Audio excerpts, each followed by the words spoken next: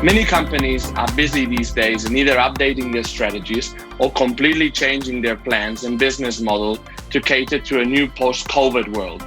More digital, more sustainable, and more e-commerce driven. This is how a recent post that I spotted on LinkedIn started, and it really resounded with the challenges my clients and contacts in the consumer goods world currently have, how to strategically plan for the future in a world that's full more than ever of ambiguity. This post was actually written on LinkedIn by Rasmus Calmann-Hinke, who used to head up strategy globally for the dairy company Arla Foods, but has also combined that industry experience with consulting work for the kinds of EY and Booz & Company. And that's why I decided to have him as a guest today, to better understand what best-in-class strategic planning should look like today.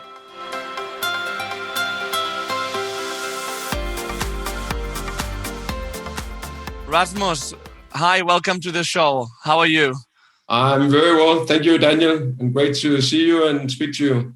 Likewise. We were just saying before we started recording that you're in a 28-degree Denmark today. And that's a bit unusual. So we are enjoying life big time. And tonight there's a soccer game going on. So hopefully we'll do quite well. We'll play Oh, yeah. Right. Yeah, by the time this is published, people will know if you've done well or not. Probably, exactly. Maybe even if you're through or not. But hey, Rasmus, as a matter of introduction, maybe you can tell me and the listeners a bit about yourself, like where you come from and what you're currently doing.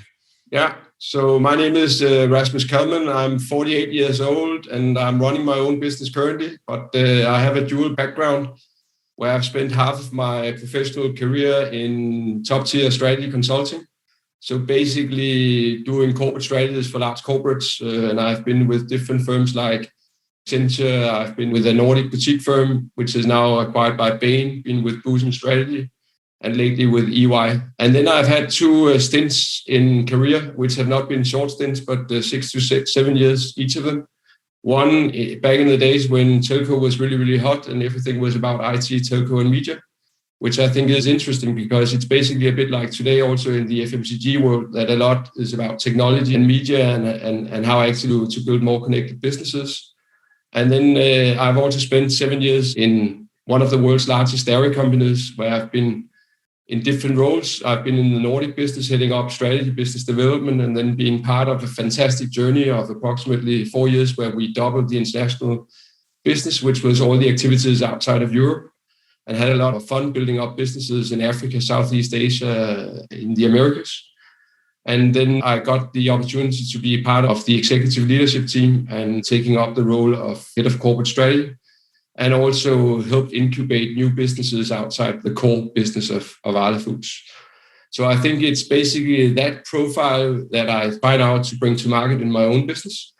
And where I basically decided to leave then the world of consulting, at least, the typical consulting firms, and basically couldn't find myself as a partner trying, all the time to be at the very forefront and basically selling services that we didn't really know. So I've been longing towards combining my background, the experience I have in bringing that to market and help both small and medium-sized businesses, but also hopefully some large corporates, in basically reading the future and getting down to some real concrete bets about, how can we scale and develop new growth engines in our business. Mm-hmm. Are you planning to specialize, or are you currently specializing in consumer goods, or are you also working in other industries? So now I'm a startup guy and entrepreneur. So I guess I need to be broader, but my real passion is in the consumer goods space and the FMCG space. So if I can, but Denmark is a relatively small market. But with my background and profile, I've been working globally basically throughout most of my career. So hopefully the Corona and the COVID has also shown us that the world is not as big as it used to be, and that it's possible to work across time zones and borders, basically virtually also. So that would be fun if I could continue my passion in the FMCG space. Yeah. And obviously you've done corporate strategy in the FMCG space at the highest level. Like basically you've headed up strategy for Arla Foods, which is not a small role, is it? Curious to know, like from like a very base point, what is strategic planning in a company? That's a good question. Just so we're on the same page. We have a bit more than we have approximately 20 minutes, but my short elevator speech, I think that goes not just for big corporates, but for all companies. It's basically being clear on your direction and the strategic priorities that you have in your business. And then I think great corporate plans are about nailing them down into concrete actions. So you know exactly, who does what when. And then there is something linked to being able to follow up on where we are on our plan. So I think, what I explained here, this is the typical limbo of a big corporate and also with the pressures from a board and investors, but basically asking your executive management team about where we're heading and where are we now and what does performance look like. And if there are deviations, then being able to explain why, right? Yeah. And how do you typically do strategic planning? Like as a head of strategy, I mean, what does the day-to-day look like? How do you actually plan? What does the hands-on look like? Yeah. So I think, one thing is that what does it look like in most companies today? And then there's my own personal view on what could a future way of working look like. But I think today, at least when I reflect back on the different type of corporate strategies that I've been involved in and also the job at Arla Foods, then a lot is actually almost like linked to every 3 or 5 years, depending a bit on the planning cycle in the business. But really, really being detailed in terms of now is the time to build a new corporate strategy. What should it be all about? And having a view on the full business as such. And that has been the typical approach in terms of, really investing heavily into building that big corporate strategy that guides the business for the next 3 to 5 years. And then on top of that, of course, the business also, when you go back before COVID, is dynamic. So there was a lot linked to also doing the annual business planning, which is a bit more than dynamic as to what would we then do in the present year. So at least my experience has been that a lot of companies, they're very good in being able to tell, what does the journey, where are we heading 5 years from now, and what are the strategic priorities for the next year. Mm-hmm. And when you're doing strategic planning, how important are the external factors, economic cycles, price of commodities, etc.? That's very important, and it's something you spend a lot of time on, in particular in these 5-year strategic plans that you do, where if you are a big corporate and you need to have a decent strategy, then of course that's a given that you need to look into how do you define yourself as a business, what industry are you in, and who are the typical competitors, and then you look into what's the performance there, what are the new activities, what are the type of innovations that your typical competitors are doing, and then you aim to get inspired by that, right? And then, of course, if you are more European-based, then you can be skewed towards thinking about that your typical competitors, they are the ones you already know. So then it can be a bit troublesome, right? Because actually, as the world is getting more, there's much more speed and more dynamic changes. Then I actually think that the winners of today, they are beginning to look at themselves, having to redefine what type of sector are we really in, and also go beyond your usual suspects of competitors and try to rethink. Is the typical lens that we applied in our business, is that still the lens that we need to take on going forward? Because elsewhere, strategies can very easily become more of a linear extrapolation of your historic evolution, so to speak, but where at times of change and where you speak and to the need for transformation, then all businesses, when you look out, then you don't find a CEO or leadership team these days who are not speaking about transformation. But I actually think that the real transformation is about allowing yourself to discuss what's our purpose, what's the industry we are in, and basically allowing yourself to break down some of the historic walls and boundaries that you had in your business. But that requires a lot of guts, and it's quite daring. So it requires also, in my lens, a new type of leadership who is allowing and has that ability to both be in the future and think about, what are the big megatrends that we need to bet on and send out ships in that direction and investments, but also at the same time cater to the current business that you have. So it's not about neither nor. It's actually about a both world that you need to apply. So it's almost like you need to be schizophrenic or paranoid as a leader, but thinking about that you need to be in the two worlds, both optimizing for the present and then leading a lot. And your vision needs to be a lot about the future, right? And I think that's actually troublesome for a lot of people who have been potentially in the same businesses or in certain industries throughout their full career, to somehow have to redefine also themselves. Because one thing is to redefine the business, but how do you then fit yourself in that? So I think it's also a personal journey that top leaders, they need to take on. Yeah, no, I agree. And if we go back a year and a half ago, of course, all the companies, like we can speak out consumer goods since it's the industry that we both share, obviously had their strategies for 3-5 years, and then something that nobody was expecting came, which was COVID, obviously. What was the impact on, from your clients that you speak with? What was the impact that COVID had on their strategies? I mean, where did they go from there? I mean, the first thing is that it went from being something that you had been speaking about to something being real. Yeah. And that it came extremely fast, at least when I speak from a European point of view. And then the first-hand experience I had was actually that all this about long-term disappeared, because it was all about basically surviving in the short term and somehow assuring that your supply chain was working. So what I heard in the beginning of the COVID was a lot, all men on deck, boom, let's make decisions, let's get the supply chain to work so that we at least assure that we get products out to our consumers, right? So it was a lot about fulfillment and getting the supply chain to work. And my personal opinion is that in my mind, that has been a lot of the focus for quite some time during the COVID. And somehow you have been able to see, some players who have been very exposed to the food service sector, for instance, and the hotel, restaurants, catering type of business, they have been hardly hit. But actually, it's been fun to see that it's a bit like the so-called very strong branded players across the FMCG space and also in the food and beverage sector that I know quite well. Yeah. They have actually prospered quite well. So it's like consumers, they actually wanted to give themselves some luxury during the lockdown. So they were favoring branded goods over private label. And so they have actually been performing quite well. But I think the danger is a bit that when you look into the financials, then it looks like, whoa, Jesus, I mean, it looks great. And when also all these year-on-year comparisons, they come out in terms of financial performance, it's like rocket performance. What the hell is going on? But it's like you need to remember that there was also a certain level of performance prior to COVID. So it's like, what are you really comparing? And then I could be skeptical that some businesses, they have been too short-term oriented, and that suddenly the entire e-commerce trend that we have all been talking about for quite some time, and digitization of businesses, that has been a bit on hold.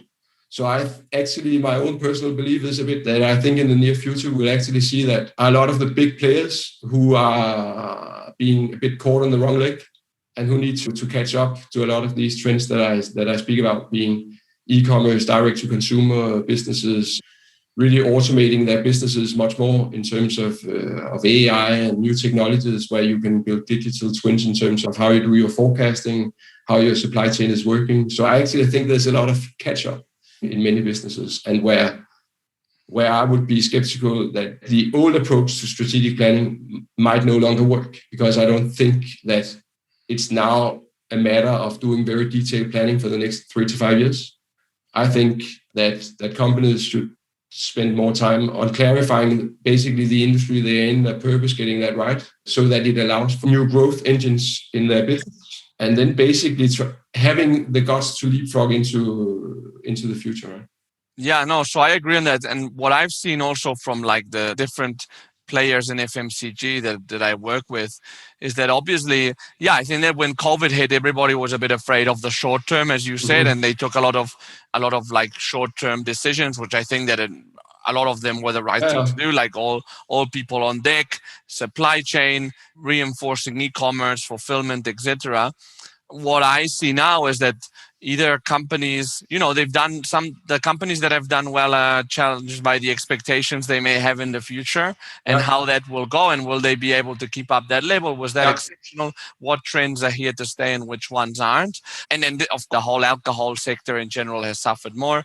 The big question now, I think, is like this whole uncertainty there is. No, I mean, even done better or done worse, I think that the whole question is, how can we actually come up with a strategy that makes sense for a future? We don't know what it will look like. Consumer trends are a bit of a mystery to everybody. Like, I think not many people were expecting the big retail rebound we're seeing in the UK or the US. how can companies in FMCG plan for this? Like, can you plan for this? I don't think you can do a perfect plan for that. And that would take, years to basically nail it down. And with all the requirements we had in the past of being clear on return on investments and payback time and all these new bets. I have been inspired even before COVID, but by startups, and where I was so fortunate in a large corporate that being tasked to launch new ventures and new businesses. Mm-hmm. And somehow it caught me, whether it's then my personality that fits quite well to that duality of both trimming the now and then building for the future.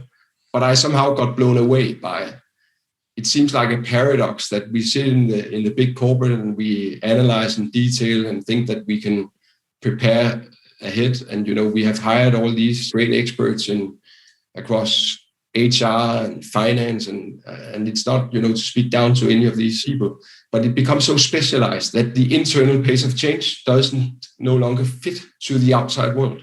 And somehow I think that the winners of tomorrow, they are able to take and mix the best of both worlds. And for me, answering your specific questions as how do you deal with this complexity and ambiguity, I think it's actually to admit that this is a given, and these are givens in our external environment. So how do we then set up our business to deal with this?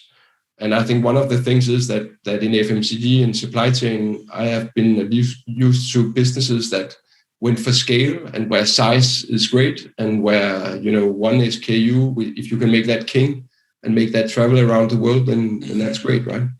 But I think somehow the more you work also with emerging markets, and that's also a bit on the future, right? Then it's like the more global you become, you need to have a lot of bits and you need to also rethink the way your business is set up. So I think actually winning businesses of tomorrow, they somehow find a new balance of decentralizing more strategic decision-making also to local and regional units, where your innovation engine is not just a function you have close to your headquarters, but it's something that you spread out, increasing to the front of your business.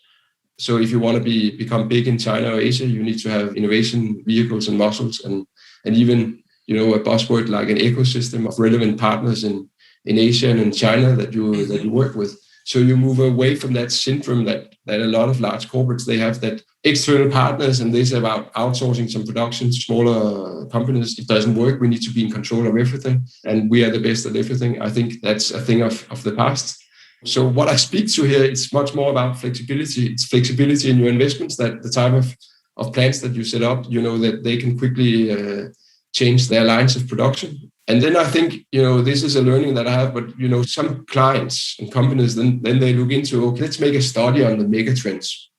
And then you somehow find out that sustainability, that's great. And then you go all sustainability and that's all you speak about. But there are certain other mega trends that are big, like direct to consumer, wellness, plant-based, digital. So I think your ability to combine in new bets some of these megatrends, then you basically set yourself up for success, because you're not just betting on one thing, but you are betting on several new dimensions that if you were a startup, then you wouldn't think of a startup today that doesn't try to become as digital as possible from the very beginning, as automated in its business functions as possible, that it's no longer a success factor to be as many people as possible in your organization, and as a leader that you were measuring yourself a bit in terms of how many people do I lead in my organization. I think somehow it's like tomorrow, it's no longer a success factor to have as many people in your business as such. It's rather creating impact,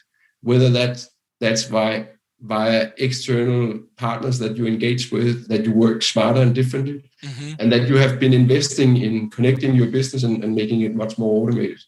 And I know this might sound a bit, either it sounds easy or complex, but I think that's the reality of tomorrow, that if leaders don't set these type of visions and drive the businesses towards not in a silo, it's the agenda.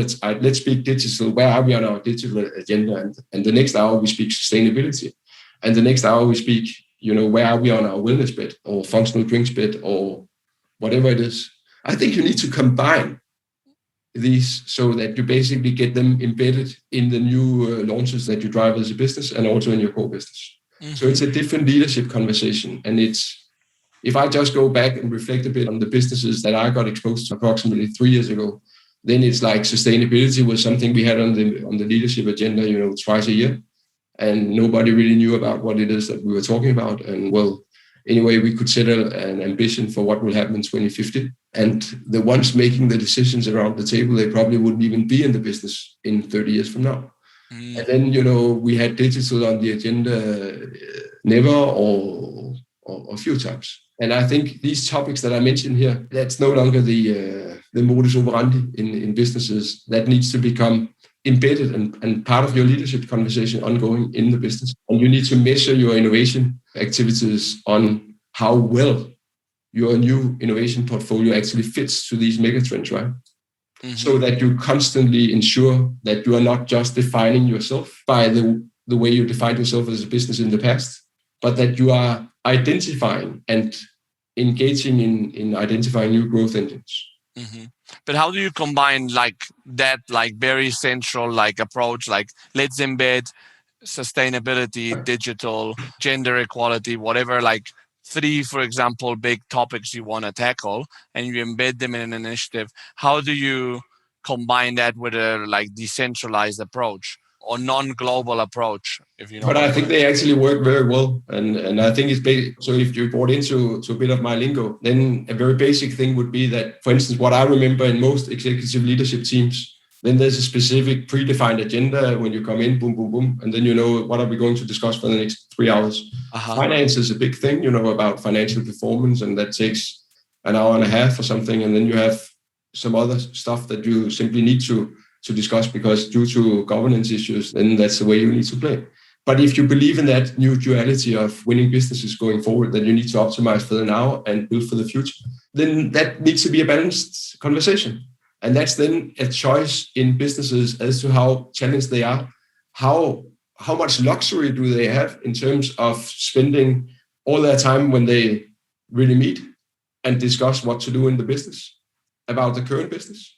And how much time do you allocate towards always being on your toes and looking for reading new trends? What are new players doing? Not just speaking about the usual suspect, but basically beginning to speak new platform businesses, a Chinese company that you have never heard about before, and who might not become an enemy for what you are doing in Europe, but who has just launched something incredibly exciting and that you need to somehow get under your helm of your business. And then building on your decentralized approach, I think it has been quite cool to see that, for instance, Danone, they made this white wave acquisition of plant-based in the US. It's again in the food and beverage, but seemingly also in the new structure, turning it into the power center of plant-based, so that plant-based, being a French-based company, then it's not like all decisions about plant-based needs to come from France or Paris, but that's our unit out in the US, and they drive that business globally because that's where the heat of action is. And I think that's an interesting approach, that you try to identify the pockets of expertise in your business and you empower them to drive basically a global business from there, building on what it is that they have created regionally. And I think that's actually an entirely new approach to a lot of global businesses, where you have been used to, the big guys or girls, they sit at headquarters and that's where we make our decisions. And COVID has learned us that this more decentralized global approach, it is possible. So I think a lot of new energy and vision can come from setting your forces a bit more free.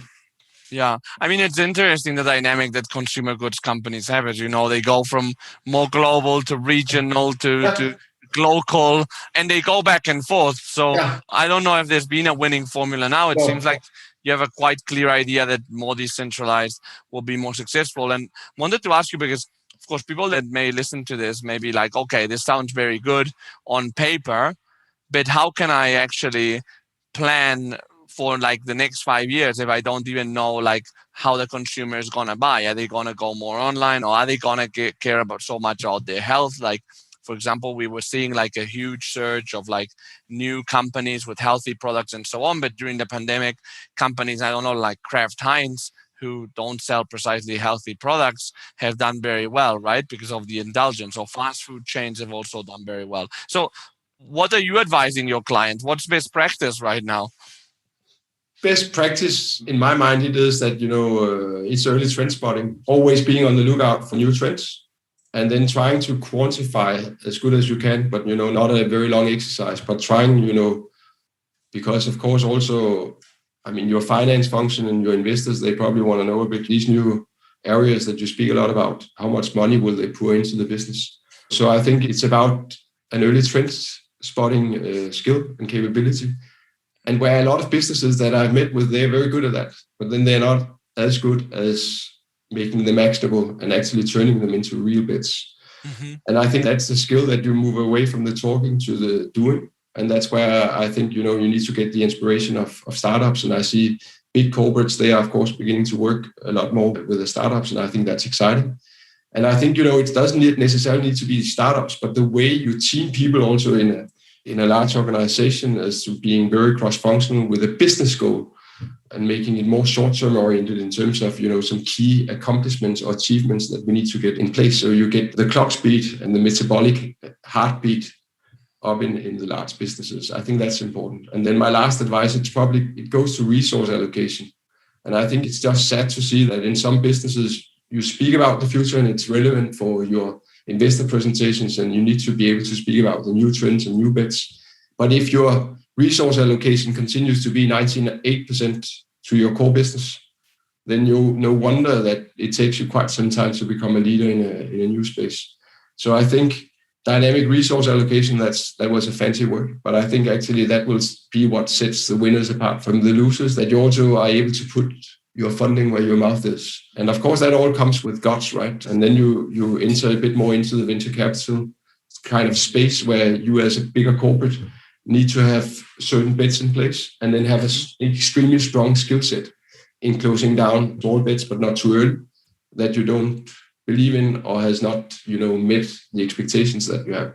I think it's a matter of getting towards that you have your core business that everybody know about and, that you have had for the last 100 years and it has been trimmed and there's been evolution and changes in that, but that you keep. And then you need constantly to have, in my mind, these 5 to 10 new bets that are in line with what I spoke about before, some of these early trends that you spot or mega trends, how you define it. And then remembering as a leader, not just to spend all your leadership time on the core business, because that's the short-termism. That's where the expectations, that's where your investor pressure is coming from and your board.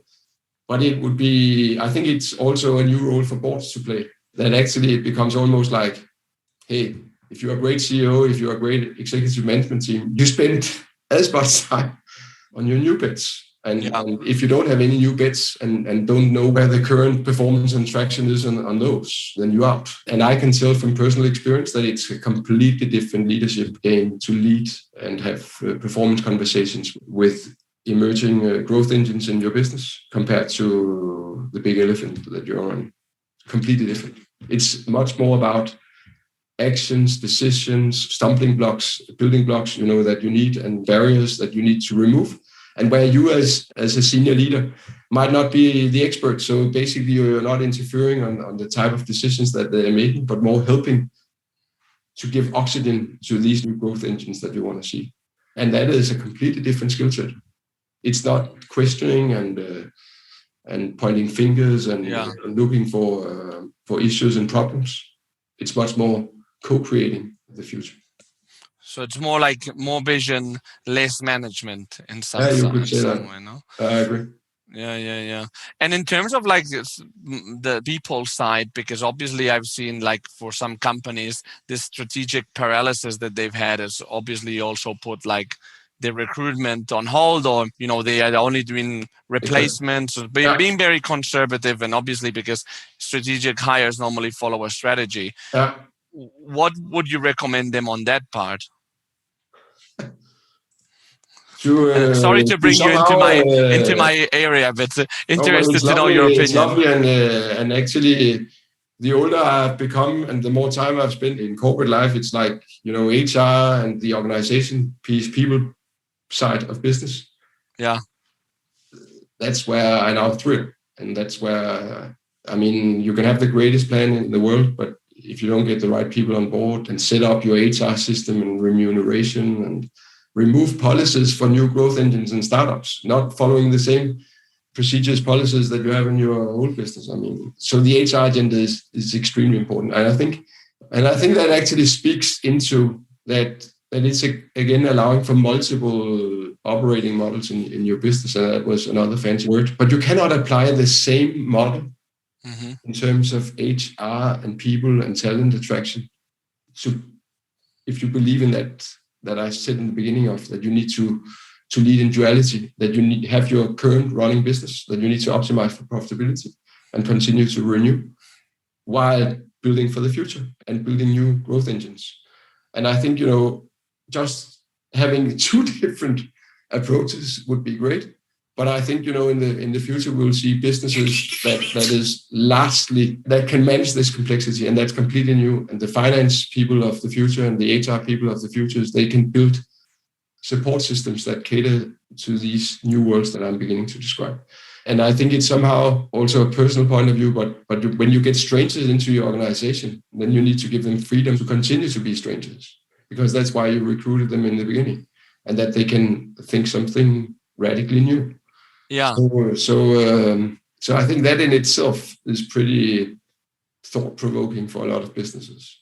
Yeah, well, I think it's the classical mix of finding the people that will bring something new to the business, but at the same time have the right culture fit, that you're not bringing a total alien into the business. So that's, I think, the typical challenge that I have as a headhunter as well, right? To find the people that will make a difference, but will still be in line with like the behaviors, the culture, and so on. So and if I may, sorry for interrupting, but I'm inspired by what you said, but it is...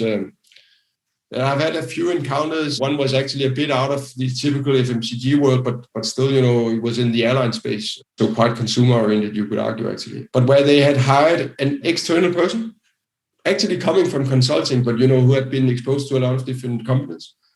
And then I've been in marketing myself in the old days. But, this youngster had got his hands around return on marketing investments and basically could point towards all the activities that were run through the marketing engine, what made sense to run, what didn't make sense to run. So they had a full return on marketing investment across all activities, and basically could tell also top management, consumers' willingness to pay works for these type of messages and this type of positioning, but this type of positioning that you basically argue for and that we should do more of, consumers are not willing to pay a premium for it. And I think, the learning I got from that was that it was a completely different skill set than I have myself. And that these businesses, they didn't have, and try to imagine just the power position that such a new person, and, it was one of the lowest down in the organization. The same story goes that I've experienced on AI, and where you suddenly get some people in, to drive your AI agenda, and suddenly they know more about your business than top leaders, because, what they love is just big data and pulling me with data. And then I find, what fits together. So I think it's a new power game also that we will look into in many businesses, where you need to allow for completely new talents to gain power bases that probably resides out of the traditional executive hierarchies. And how do you actually work with this? Daniel, you probably have better experiences in how to do that, but I think it's pivotal that companies, they find a way of engaging such talents into their organization, and are not just having them in for interim positions or consulting assignments, but how do you make them become the new corporate monsters of tomorrow, right? Yeah, well, it's part of the whole strategy, I mean, I think that you see organizations that are invested both time and financially wise in finding the best people, and some others that are treating more people as a commodity, and they just put a post out there, wait for people to apply, and see who applies. So that, I think, is the difference also between what you were saying of long term and short term. And that you can see very clear on the people agendas of companies. To me, I actually, but this is something that I want to see more of and test more in real life. But I think some companies, then they run talent programs, and then they hire new talents in, and then you try to get the new talents to do something new and crazy. And then the ones who have been in the business for quite some time, they just look at it and let them see if it works right, and if it scales and works, then somehow you get your hand on these new activities, and then you regain the power schemes in businesses. But I think actually the winning businesses of tomorrow, they will make a hybrid. They will find a way where the former top talent or senior leaders in a business, they somehow to renew themselves and to keep themselves relevant. They engage with the youngsters and somehow play that role of being roadblock removers, but not interfering in the plans and ideas. And then they get inspiration. The former heroes in the core business, they get new inspiration, new vision, new energy to prosper. And the young talents that are coming from the outside world, they get all the help on the internal politics and power dynamics in the business. So they don't make the mistakes of, that they basically are being allowed to get all the best to make a great splash and a great success on new endeavors. And I think that's a new HR model, that talent is no longer just, youngsters, but it's a mix. It's an ability to mix the old heroes or the former heroes in your core business with a new talent. This was the podcast with Rasmus Calmann-Hinke. He is currently offering top-tier consulting services to companies in consumer goods globally. And based on his experience that you've seen and his pedigree with Arla Foods, Booz & Company, Accenture, you may want to reach out to him. He's accessible on LinkedIn. And finally, I hope you enjoyed this episode. It was a pleasure to share this time with you again. And feel free always to share with your network, but also give me any feedback you think could be relevant and helpful for me, and more than anything for you, the audience. Have a great day and see you soon.